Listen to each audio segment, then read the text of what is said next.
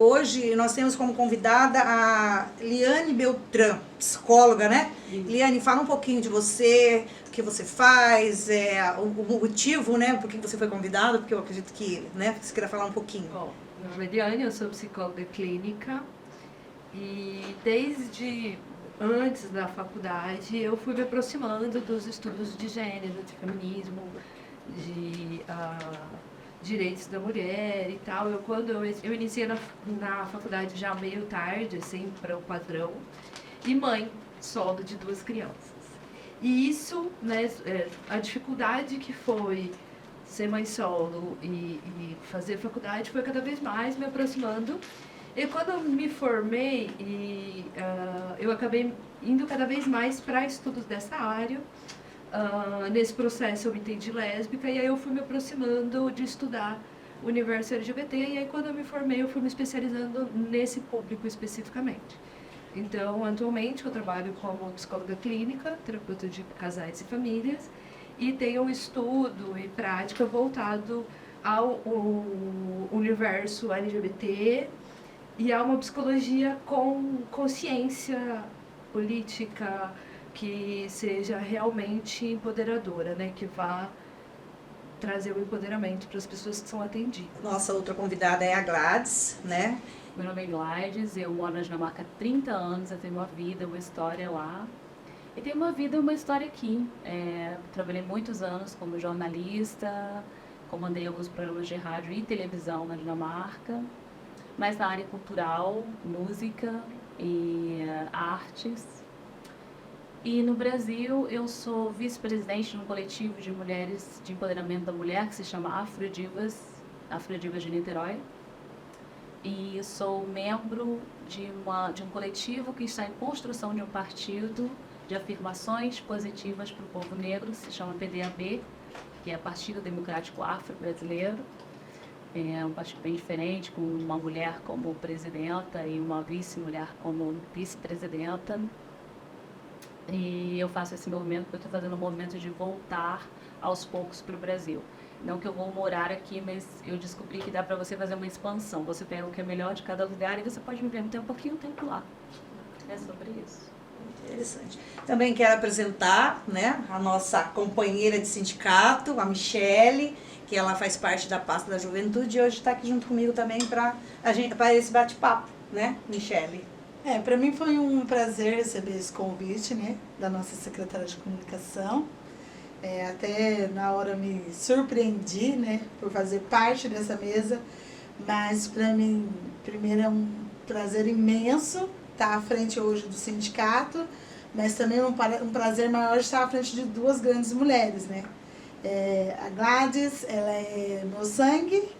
E aí a gente, até antes de entrar no ao vivo, estávamos aqui. Falei, como que pode, né? O mundo deu voltas e aquelas que muitas vezes não eram para ser nada, estamos aqui, né? Vivendo um legado de uma coroa tão lutada, né? Perante de outra mulher também, que veio através de uma professora muito querida, Helene Maia, que me abriu muitos olhos para muitas coisas dentro da Faculdade de Pedagogia, da UEM. Então, para mim, assim, está sendo vamos dizer, um momento de aprendizado, sendo, acredito, uma das mais novas a estar nessa roda de conversa entre amigas, mas que está disposta a aprender muito e levar muito desse momento. Como que funciona lá na Dinamarca essa questão do empoderamento feminino? Olha que delícia essa pergunta. Eu adoro responder. Porque coisas aqui no Brasil, onde a gente acha que é luxo e onde a gente tem que lutar muito, lá foi uma luta que as mulheres já fizeram e já estão em outro nível, né? A Dinamarca é um país, para você ter uma noção, é um país onde foram as mulheres que queimaram o sutiã na praça. Então, as mulheres... Eu acho que a mulher ainda ela não ganha exatamente como o homem ganha, mas muitos conceitos... em que no Brasil a gente ainda patina, lá na Dinamarca já é uma coisa que nem se discute mais.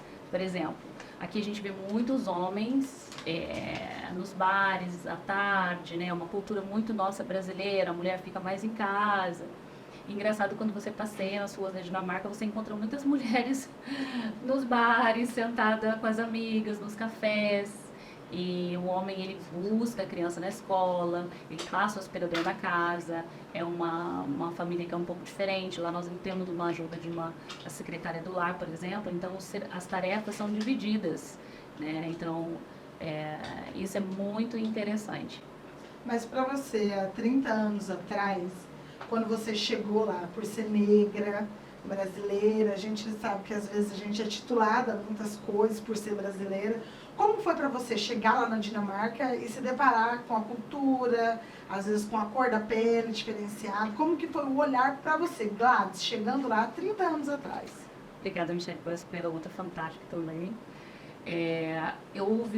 São 30 anos atrás, então houve uma grande evolução e uma grande diferença de como os estrangeiros eram tratados há 30 anos atrás do que agora, né? Existe um certo ódio infundido para com o estrangeiro em vários países. Mas quando eu cheguei na Dinamarca, eu até falo isso com uma amiga minha africana, que era cabeleireira, falei que engraçado, a gente chegou aqui quando era interessante ser estrangeiro. Nossa, você ia em algum lugar, você é de onde? Do Brasil. Que interessante. Você não sei, que interessante. Agora, com a globalização e muitas pessoas vão buscar um caminho melhor para a vida e também a Europa se fechou muito no seu núcleo, uma política muito separatista mundial, onde ela excluiu vários outros países, que é difícil você importar, exportar se você não é da Europa, e isso fechou os portões e as pessoas que ficaram fora desses portões é como você morar num condomínio, então é hora que elas querem entrar, por uma política mundial. Então isso fez com que vários países de terceiro mundo viessem para a Europa, viessem para a Escandinávia procurando uma vida melhor, né? E esse faz parte já de uma outra da política internacional, né? Que é uma política que tenta excluir os países e empresta dinheiro para os países, cobra um juro muito alto e do outro lado acha que está dando alguma coisa. Então, nesse processo que aconteceu nesses 30 anos, mudou-se muito a maneira que os estrangeiros foram tratados. Então, eu como Gladys, quando cheguei, foi muito interessante. Mesmo porque lá são todos loiros de olhos azuis, todas louras de olhos azuis, todas altas, e de repente eu chego pequenininha, com meu cabelo preto, com meu olho azul, meu olho preto, e eu lembro quando eu engravidei da minha segunda filha, que é dinamarquesa. Aí eu falei, eu quero que nasça com o olho azul. A minha sogra, a gente coloca na barriga de novo, porque a gente quer que nasça com o olho preto. Porque lá o diferente é ser de olho preto, o diferente é ter cabelo preto, o diferente é ser. Eu dizer que lá eu sou Xuxa. Deixa eu perguntar agora para a Eliane. O empoderamento feminino é algo que vem ajudando as mulheres a se aceitarem, a vencerem estereotipos, né?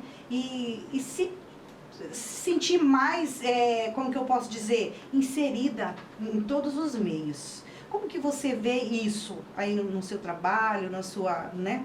Porque assim, eu acho assim, às vezes a mulher, ela se sente menosprezada, ela se sente menos. Não é o caso nosso, ainda bem, né? Mas a gente sabe que existe mulheres que se sentem assim. Então, eu acho assim que eu queria que você falasse um pouquinho o que essas mulheres podem fazer para se libertarem disso.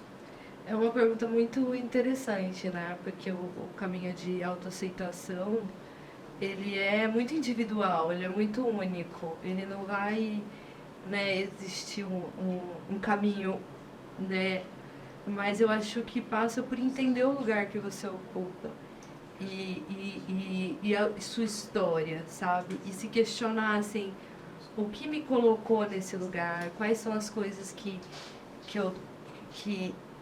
aqui nesse local que eu ocupo socialmente, que me foram impostas, e quais dessas coisas eu quero pra mim, eu quero me apropriar, e qual dessas coisas não são sobre mim. Parte desse início, assim, de você conseguir identificar o lugar que a gente ocupa e o que desse estereótipo.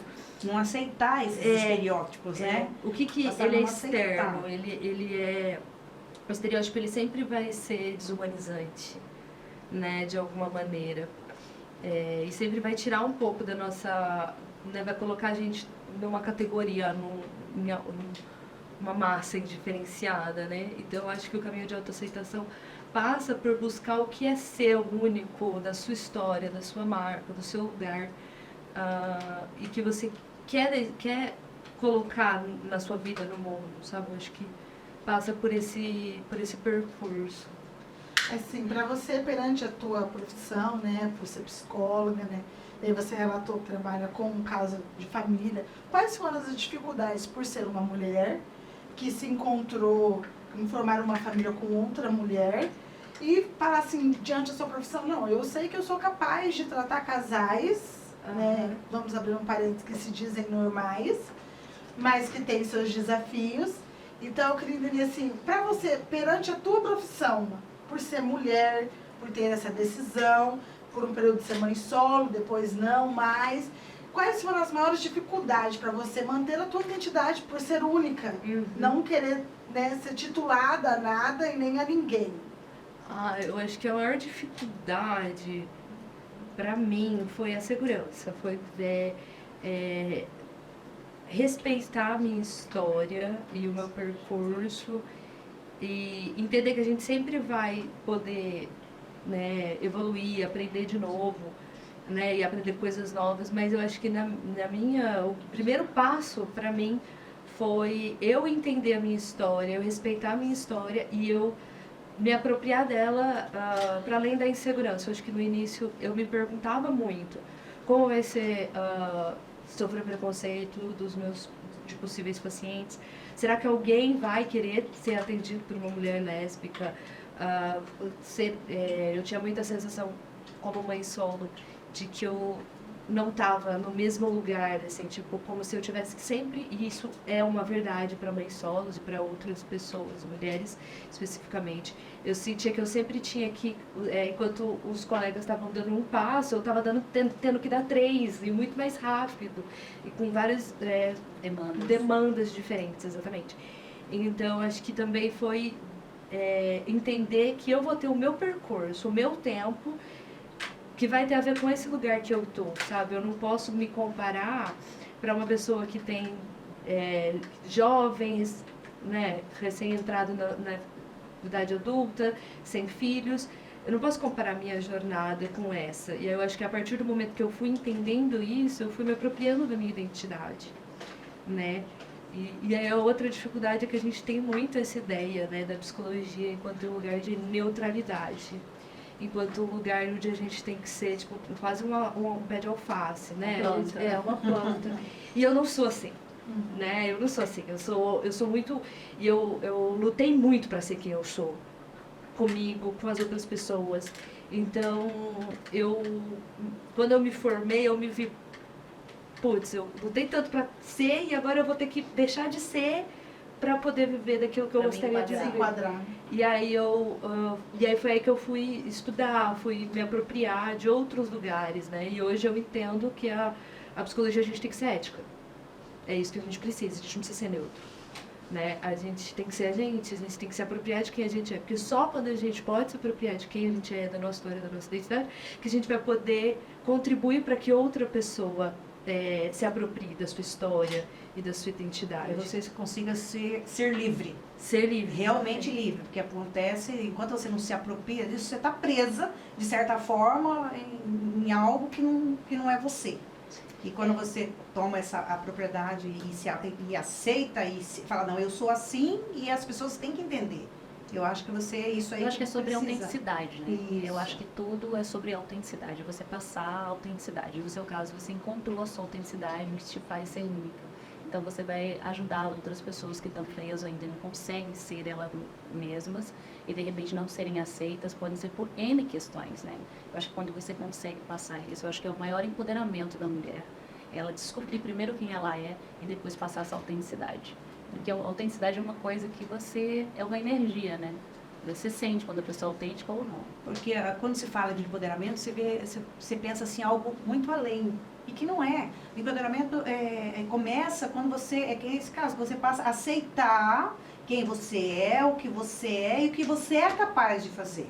É o primeiro passo, eu acredito, do empoderamento feminino. Não só feminino, o empoderamento do ser humano, porque não é só a mulher em si. Porque tem homens também que ficam, são oprimidos, às vezes não fica preso. Né? A gente fala porque nós estamos aqui falando da mulher, mas eu acho que a partir do momento que você consegue dar esse passo, você já está se empoderando. Eu acho também que é entender que é uma viagem o empoderamento, né? Uma viagem, é um percurso, como você disse. Você caminha, você dá uns passos, você fala, nossa, encontrei um lugar agora que sou eu. E de repente você descobre uma nova camada, né? E eu acho que você pode ir mais além. Que o ser humano, na verdade, é isso. Eu acho que é isso que nós somos. Né? É você se descobrir, é você duvidar das suas verdades, é você contestar os seus conceitos e você estar pronta para aprender. E eu me sinto sempre muito, agora, começo a rir quando me pego com algumas coisas que eu falo, nossa, pensei que eu tinha superado isso. Ou eu pensei que eu era de uma maneira. Nossa, olha que interessante, eu entendo mais essa camada. Eu acho que é não se levar tão a sério e levar assuntos como o feminicídio a sério, é levar o desrespeito com a mulher a sério, eu acho que é levar levar a sério a questão racial, levar a sério, mas acho que é não levar você e as suas questões tão em sério, porque você pode mudar e ter espaço para que isso aconteça. Sim. E eu acho que enquanto a gente tem ar no pulmão e acorda, você tem a possibilidade de aprender, crescer, expandir. Eu vejo que a identidade, ela não é uma coisa que você busca, você cria. Né? Você se permitir se conhecer, se permitir se evoluir, permitir que hoje eu não gostava do tomate, mas que amanhã eu possa passar a gostar do tomate. Que hoje eu tenho um cabelo comprido, mas que amanhã eu posso ter um cabelo curto. E tudo bem, sem pensar em o que vão dizer de mim se eu pintar meu cabelo de azul, se eu pintar meu cabelo de vermelho, se eu deixar de usar uma calça e passar a usar somente saia. E aí eu vejo muito, a gente no nosso mundo sindical, algumas mulheres que em pleno século XXI sofrem por isso, por às vezes dizer, eu quero ser uma coletora e eu cheguei aqui para ser coletor de lixo e os homens me olharam porque você não vai dar conta. E a mulher tem que provar que ela vai dar conta de correr 20 quilômetros catando lixo, mas essa profissão aqui para você, será que você vai conseguir? Ou será que se você usar uma roupa mais justa, então porque você é advogada, então você vai usar uma roupa mais justa, e aí você vai ganhar essa audiência, aí você vai ganhar esse caso, então porque para você ser uma psicóloga e tratar de família, você tem que ter uma família tradicional. Então, assim, a gente vê que a identidade, hoje, a gente não pode dizer que é uma busca, mas sim uma construção. Né? Você está constantemente se construindo. Às vezes aquilo que você achava que era certo, às vezes você tem um parceiro que fala para você, olha, isso não é tão certo, pensa de outra forma. Vê com os meus olhos o que você está passando hoje, se é real, se é viável, se é possível. E às vezes aquilo que muitas vezes para nós não é viável, mas para outra é viável, e aceitar isso, né? Como você falou, é chegar lá e ser novidade. Mas agora não é tão novidade. Não, é mais natural. É legal, às vezes? Mas às vezes pode ser assustador, porque como está sendo tratado esse legal agora, esse normal, entendeu? Mas é muito sobre a visão do que você vê. Eu acho que é muito importante, porque o que é a palavra preconceito, né? Vamos separar essa palavra, vamos entender o que é. Preconceito é um preconceito de algo. E o ser humano, nós, como humanos, a gente tem o preconceito de tudo, para a gente classificar até o mundo onde a gente existe. Como empresária, fui convidada para dar uma palestra para vários empresários que contratavam estrangeiros, até para formar essa ponte entre culturas. E aí eu falei, nossa, que interessante, vai ser bom, vai ser uma palestra, até que eu descobri que era um seminário de um dia inteiro. Falei, não, um seminário de um dia inteiro não vai dar, só para eu falar algumas coisas, eu vou ter que ir um pouco além. E eu fui estudar um pouco mais sobre esse preconceito e como que a gente organiza isso, até para você se movimentar. Então eu posso dizer que o preconceito, ele é uma parte de todos nós. Quando você sai na rua e você identifica uma pessoa, você pensa, aquela lá, ela de repente trabalha com isso, ela faz aquilo, ela faz aquilo outro. Tem uns estereotipos que o nosso cérebro até para entender. Então eu acho que é a partir quando eu coloquei, né? Eu coloquei uma figura de uma loira, e aí depois eu coloquei uma figura que lá tem uma região na Dinamarca, que as pessoas acham que aquela região, ela é muito conhecida das pessoas que são muito honduras. Então, se você colocou uma foto daquela pessoa, então ela já tem um estereotipo. E aqui no Brasil teria outros, né? tipo do Rio de Janeiro, como lá, tem carnaval e etc. Mas eu coloquei algumas coisas. Primeiro eu perguntei, tem alguém com preconceito aqui? Todo mundo, não, ninguém tem preconceito aqui. Depois eu coloquei essas fotos, né, e esses estereotipos, e eu falei, o que que essa pessoa representa? Ah, essa pessoa representa isso, aquilo e aquilo outro. Aí essa pessoa representa, eu falei, então, isso é um preconceito. Então não é que o preconceito não existe, que você não tenha preconceito, é reconhecer o que ele tem. E é assim que a gente classifica o mundo. Só que é reconhecer que tem e falar, então, peraí, pode ser, mas tem uma outra possibilidade. É dar a chance para que essa possibilidade aconteça. E aí, quando se fala em trabalhar com outra cultura, por exemplo, na Dinamarca, todas as coisas são muito escritas. Não tem muita conversa, porque as pessoas, elas são muito autônomas. Elas fazem o trabalho, você não precisa ficar muito atrás. Então, existem muitas reuniões e existe a informação passada muito por escrita. E era uma dificuldade para os estrangeiros, porque a maioria dos lugares de onde os estrangeiros vêm procurar um outro trabalho, eles eram acostumados a ter uma pessoa atrás do seu cangote dizendo o que você tem que fazer e supervisionar. Então elas não entendiam, e ainda o idioma, né? O idioma dinamarquês, que é um idioma difícil de falar, para vocês terem uma ideia, é um número 135. Eu vou falar 105 e 30. Então eu começo aqui na frente, vou lá atrás e vou no meio. E assim são outras palavras também. Então, para o indivíduo que está chegando, que já não tem o domínio da língua e que ele espera um outro tipo de comunicação, então existia um grande gap, um grande vácuo nesse meio, né? Então foi para isso que eles me chamaram, para que eu pudesse trazer a minha visão como estrangeira, como eu via a cultura, porque quando você está inserido numa cultura é muito difícil você ver o que você faz. E aí eu trouxe sobre isso, sobre a comunicação, que às vezes é muito importante para a gente, que é estrangeiro, que é uma pessoa a qual você possa ir tirar suas dúvidas, né? Porque as pessoas, quando você vai tirar suas dúvidas, quando você está começando alguma coisa, você está muito inseguro. E aí quando você vai com uma pessoa que não, tá escrito, vai lá ler, e você lê um papel que você também não entende. Então era muito importante que na empresa tivesse uma pessoa que pudesse ter esse olhar para essa pessoa que chega e passasse essa informação um pouco mais esmiuçada verbalmente, e depois que a pessoa tivesse mais um domínio, ela entendesse que não, que lá na Dinamarca é muito diferente, a gente usa mais a escrita. Então eu achei muito interessante. E para mim foi interessante também, porque eu também achava que eu era uma pessoa que não tinha preconceito. E aí quando eu fui olhar... porque o preconceito, você pensa no preconceito com a mulher, é o preconceito com a cor, é o preconceito com a raça, mas não, existe o preconceito de várias coisas. E aí, separar essa palavra, eu acho que revolucionou muito a minha maneira de pensar. É a pessoa que tem um preconceito sobre um tipo. E eu acho que é importante colocar, né? Todo estereótipo de pessoas, ele desumaniza em algum lugar, porque existe um sistema que vai tentar simplificar coisas que são complexas e vai tentar deixar o ser humano simplista. E aí, como a gente coloca ele numa caixinha, a gente estereotipa, a gente tira o nosso caráter humano, que é a complexidade, né? Somos complexos, somos muito mais do que um aspecto das nossas vidas, né?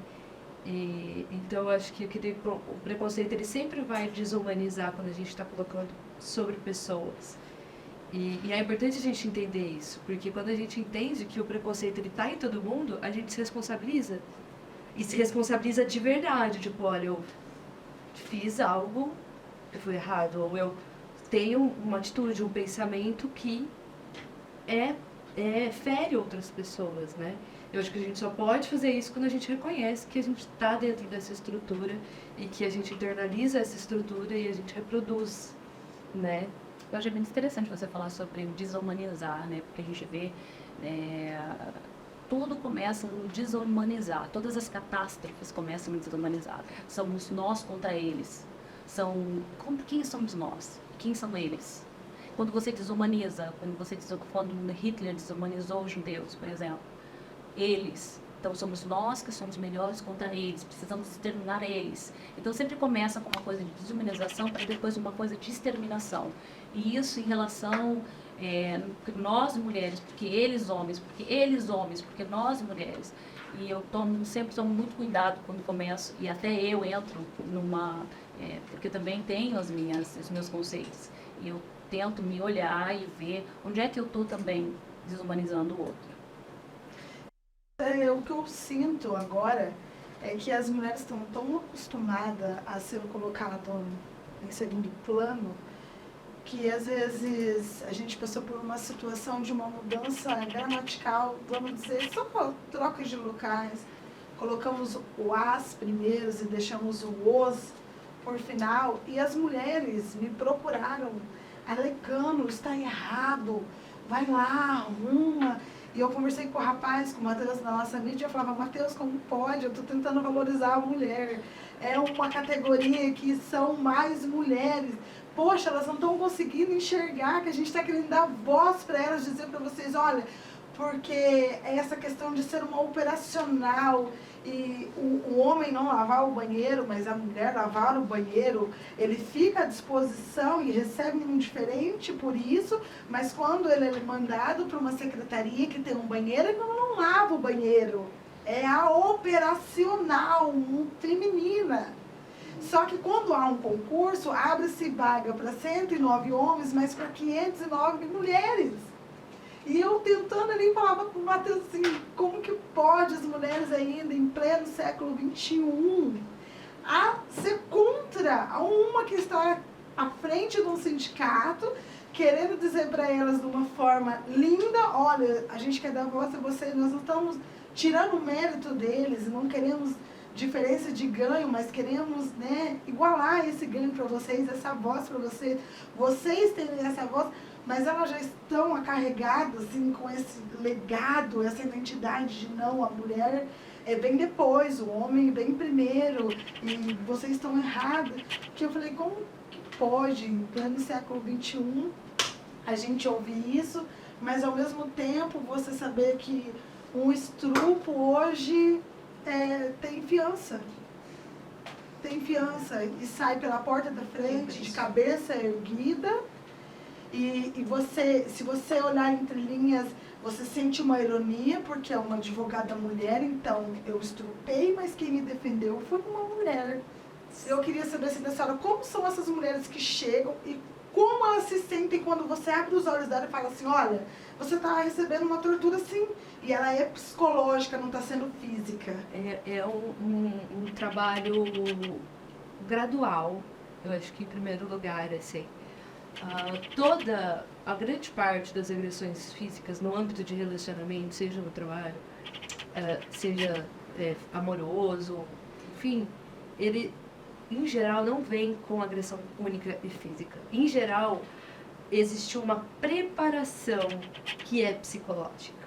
Porque, assim, uma mulher que está fortalecida, que está apropriada de quem ela é, da sua autoestima, ela dificilmente vai continuar num relacionamento, ela vai conseguir ter o apoio de outras mulheres, encontrar esse apoio. Então, sempre não, né? Mas grande maioria, né, desses casos antes existe um trabalho psicológico de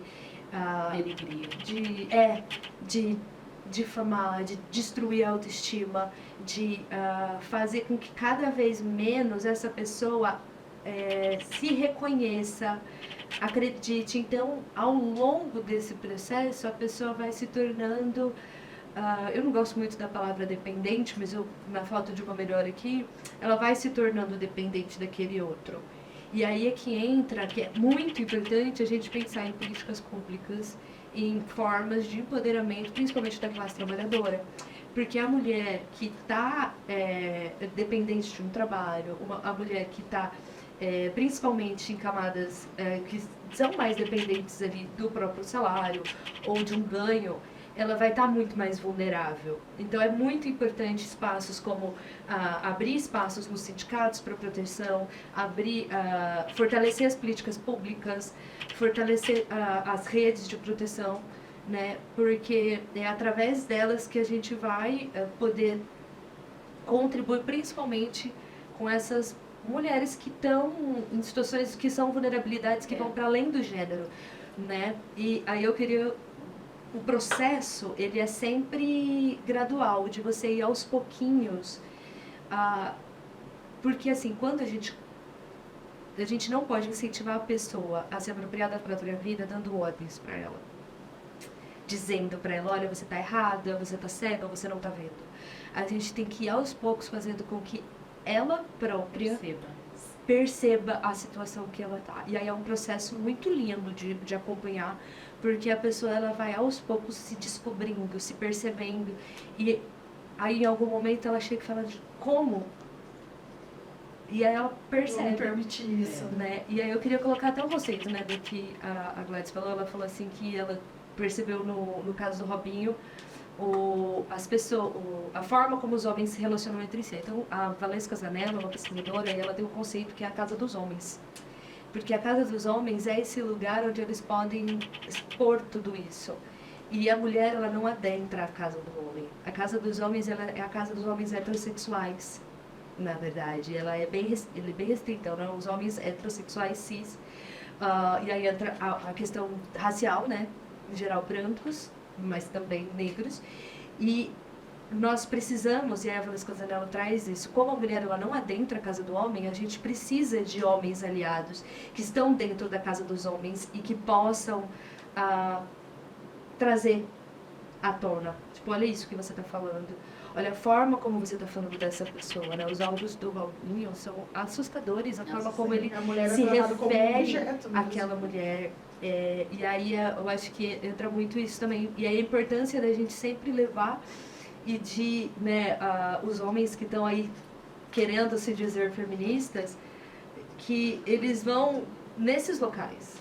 Que eles nesses locais se coloquem, que eles nesses locais porque se você perguntar para homens em geral, eles não são machistas. E aí como, né, tem até um vídeo em que uma mulher negra ela fala, quem é que é racista? E aí nós somos um país racista sem pessoas racistas, e eu acho que entra também nessa lógica. A gente não se reconhece, e aí a gente não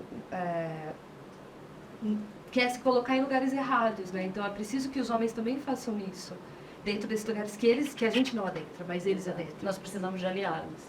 Eu quero trazer também um aliado da Dinamarca, um exemplo, né, de como o Estado é um aliado das mulheres dinamarquesas. Por exemplo, na Dinamarca se paga um imposto muito alto, 54%, se descontar na folha daquilo que você ganha. E se você ganha mais, você paga até 64%. Mas esse imposto ele é revertido em educação grátis, e em dentista grátis até os 18 anos, você não recebe uma lista de material.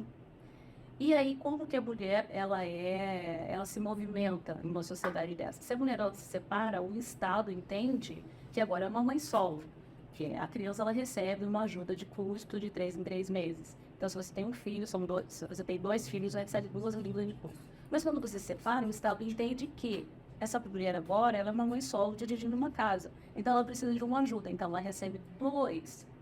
Se ela tem 2 filhos, ela vai receber agora 4. Ela vai duplicar por filho a ajuda que ela recebe. Se ela paga 54% no Estado, vai ver agora que ela é uma mãe solo e que ela necessita, de repente, não pagar tanto imposto, porque ela vai gastar mais com as crianças. Então, ela vai pagar menos imposto. Se, de repente, ela paga um aluguel, ela vai receber uma ajuda para pagar o aluguel dela.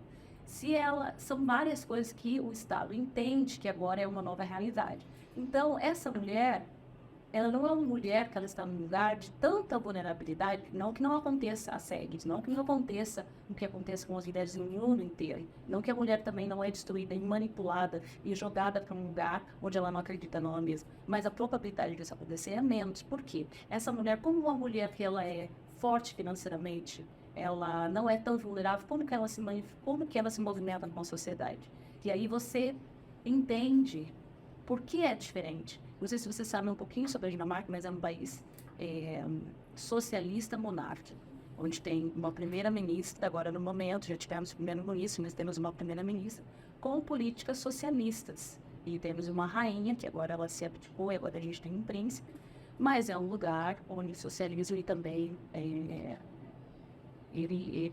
nessa parte assistencialista, é uma parte muito forte, né? Porque a saúde, todos os lugares onde há dor da sociedade, que é a saúde, a educação, essa é a obrigação, não só do Estado, mas de todos. Então, quando eu contribuo e eu vejo o que está acontecendo, então eu me responsabilizo para. Então, a criança, por exemplo, ela não fica degradando, porque sabe que é o dinheiro do pai que está pagando aquela escola. Sabe que vai destruir isso aqui, é o dinheiro do pai e da mãe que está. Então, tem um senso de pertencimento, né? E um senso de cuidar daquilo que é. E eu acho muito interessante isso, vindo de um país como o Brasil e vindo também de uma mãe solo, vindo também vendo as vulnerabilidades em que a minha mãe era uma mãe de santo e viveu muitos anos em Guatemi, e a minha casa foi abrigo para muitas pessoas, inclusive, na maioria, mulheres, que separadas ou nas margens também de LGBT, nas margens da sociedade, encontravam, de repente, um colo em um lugar na casa da minha mãe. E eu acho que na casa da minha mãe eu fui preparada, de repente, para viver na Dinamarca e ver um mundo onde a mulher se movimenta, onde ela é dona dos próprios espaços. Então, uma mulher que se movimenta monetariamente, financeiramente, e a sociedade não vê as vulnerabilidades, mas entende a nova realidade dela, não subjuga ela, isso por uma política pública, é uma mulher que se movimenta completamente diferente. E é isso que eu desejo para as nossas mulheres brasileiras. É o sonho, né? Ser rocinguistas de tal forma, né? Porque aqui as mulheres ficam sozinhas com seus filhos e as dificuldades só aumentam, sofrem às vezes discriminação, porque geralmente quando separa, separou porque o marido largou porque não presta, ou por isso, por aquilo, né? E a dificuldade, e o poder público também não Nina Simone, dá um respaldo. Nina Simone, aquela cantora e pianista americana, fala: o que é a liberdade para você? É não ter medo, né? O medo da sociedade que o medo de ser subjugada por ser não só, o medo de dizer de repente no seu local de trabalho que está sendo assediado, e o medo de ir para uma delegacia e dizer, o medo de dizer dentro da sua casa, né? Muitas das coisas acontecem também dentro da sua própria casa, e onde você a sua palavra não é levada a sério, não tem o que você está dizendo. Então, eu acho que a liberdade, eu acho que ela foi muito pontual dizendo isso. A liberdade do Brennan é direito.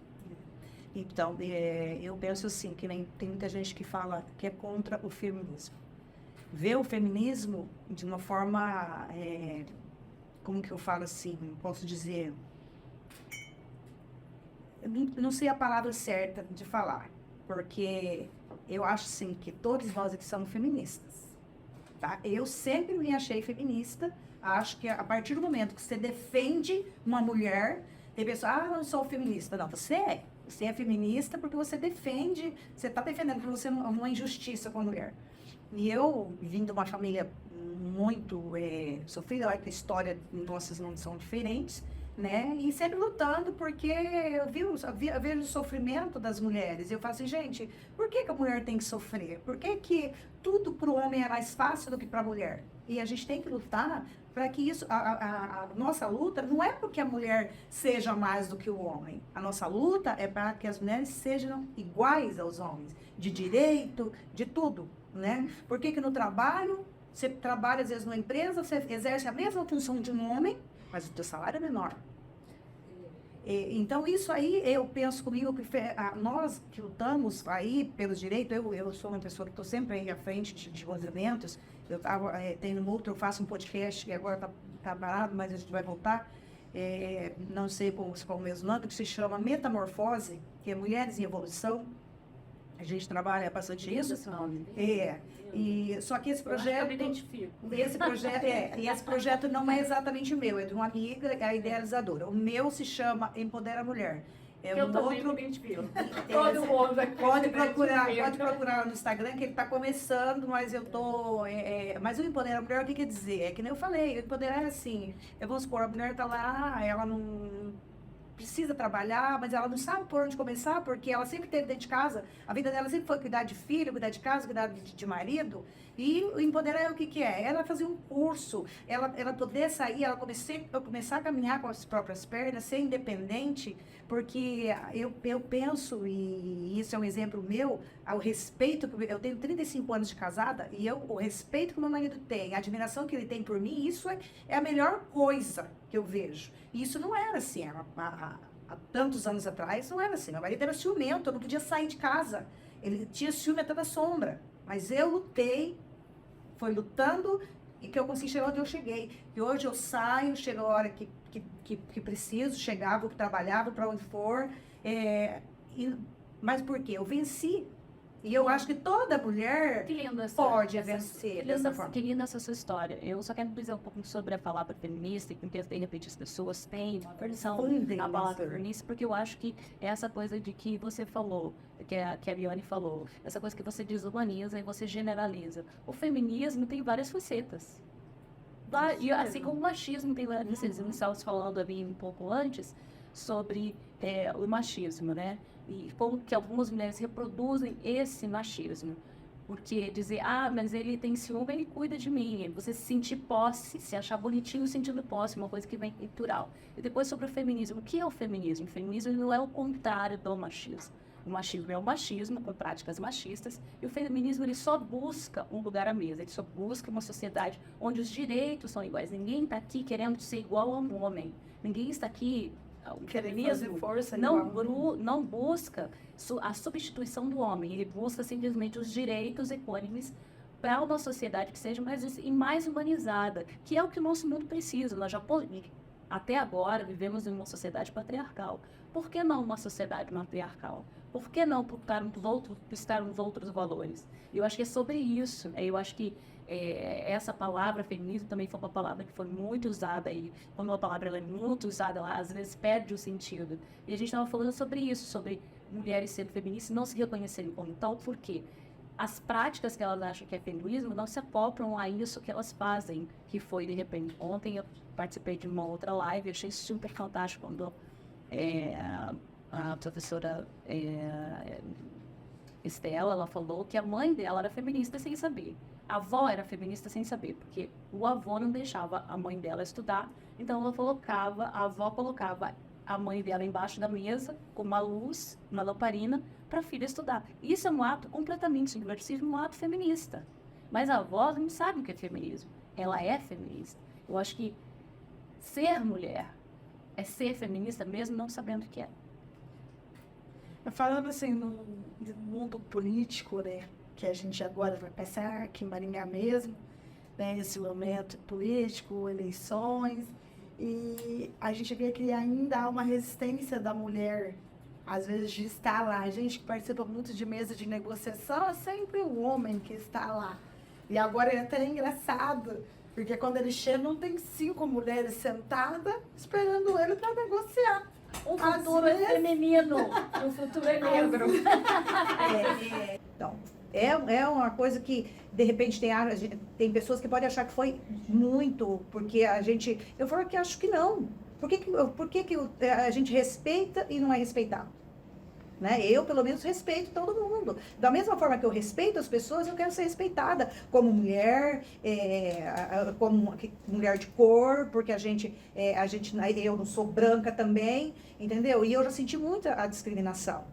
Você chegar num lugar, as pessoas olham para você diferente, as pessoas, né? Então, e com o tempo a gente vai conquistando nossos espaços. Nós vamos conquistando o respeito hoje, graças a Deus, em qualquer lugar que eu chego, eu sou vista diferente, sou respeitada e não sinto mais o que eu sentia há anos atrás. De você chegar num lugar, as pessoas te olhar, só as pessoas te olhar, você sente que tá...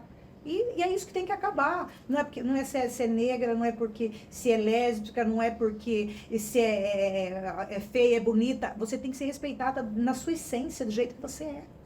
Né? E nós mulheres que estamos à frente, temos que mostrar para essas outras mulheres que ainda falta muito, né? Porque o empoderamento feminino é algo muito novo, se vê falar, né? Mas desde a Segunda Guerra Mundial que as mulheres vêm lutando para conquistar os seus espaços. Então é lento o nosso caminhar, mas nós estamos chegando lá. Devagarinho a gente vai conquistando nossos espaços. E nós, mulheres empoderadas como somos, temos que mostrar para as outras mulheres que nos estão vendo, nos estão nesse momento, nos ouvindo, nos assistindo, que também elas podem. É dizer E que é uma todas podem. construção, né? Que você pode sim ser casada, ter um parceiro que é compreensivo, que já entendeu, como você falou para nós antes de começar, né? Que é você, é a Gladys. Que não vou deixar de amar menos ela. Ele quer a Gladys como ela é, né? A sua parceira quer você como você é. Você não tem que se diminuir. E não é errado. Então, a gente mostrar hoje que o feminismo, né, não tá querendo dizer que é pra você, então eu vou ser sozinha, e aí eu tenho que levantar um saco de cimento pra mostrar que eu sou forte. Não, que você tem sim um parceiro, eu posso dizer por mim mesmo, com 33 anos de idade, quando aceitei o convite de estar à frente ao sindicato, a primeira coisa que eu olhei foi pro meu parceiro e falei, e aí, o que você acha? Ele falou, vão te dar voz, você não quer ir lá e falar por alguém? É o teu momento. Então eu tive o incentivo dele. E aí ele fala assim, tem hora que é muito difícil ser o seu marido, porque você sempre tem uma fala. E aí a gente até brinca em casa que lá não existe os opostos, mas sim os iguais. Eu falo pra ele, você sou eu de cueca e eu sou você de calcinha. E as brigas é porque eu tenho a mesma ideia, mas eu quero puxar pro meu lado e ele quer puxar pro lado dele. Mas mesmo assim ele consegue ainda terminar uma fala e dizer assim pra mim, olha, eu tô só querendo que você veja com os meus olhos, mas ao mesmo tempo eu tenho orgulho de onde você tá.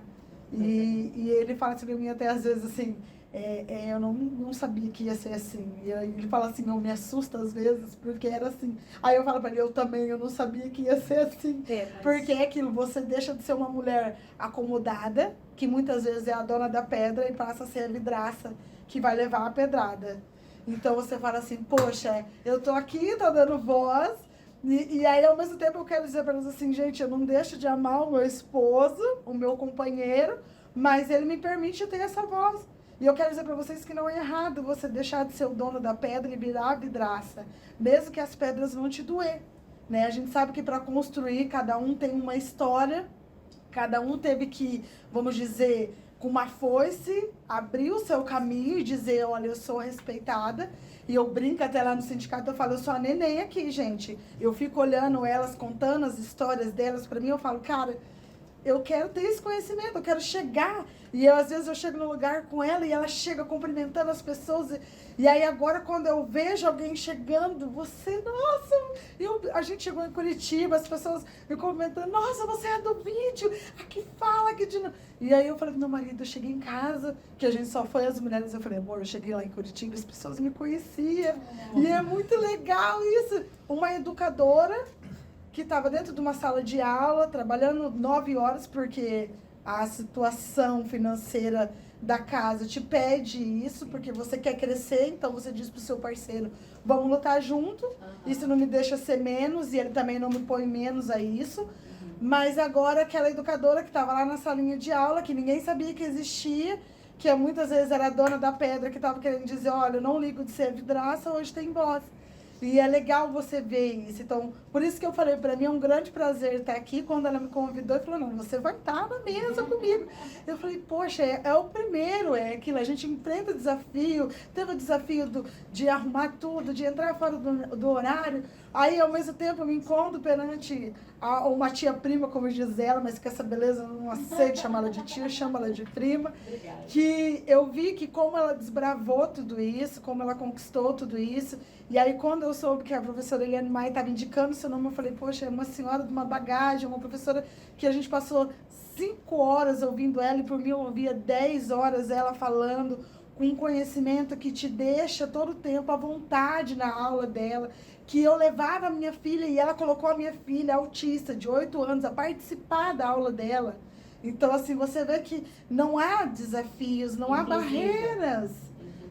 Basta você querer, basta você tentar e não deixar que as pessoas te limitam. Você está aqui hoje, mas amanhã você pode estar lá.